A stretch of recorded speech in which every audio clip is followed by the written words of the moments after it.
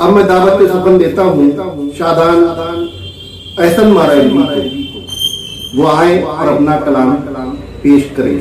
बहुत शुक्रिया।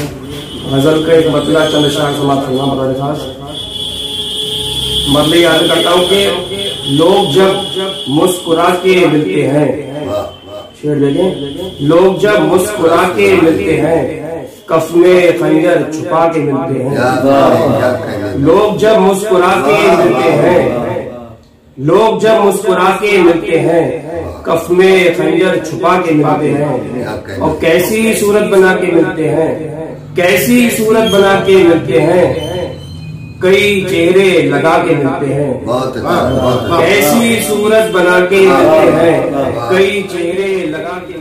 हिजर में उनके गर्म आहे कहाँ, हिजर में उनके गर्म आहे कहाँ, सर्द झोंके हवा के मिलते हैं। बहुत शुक्रिया। हिजर में उनके गर्म आहे कहाँ, सर्द झोंके हवा के मिलते हैं। और शेर मेरे बोसीदा लिबास में अक्सर, मेरे बोसीदा लिबास में अक्सर तार तेरी कबा के मिलते हैं।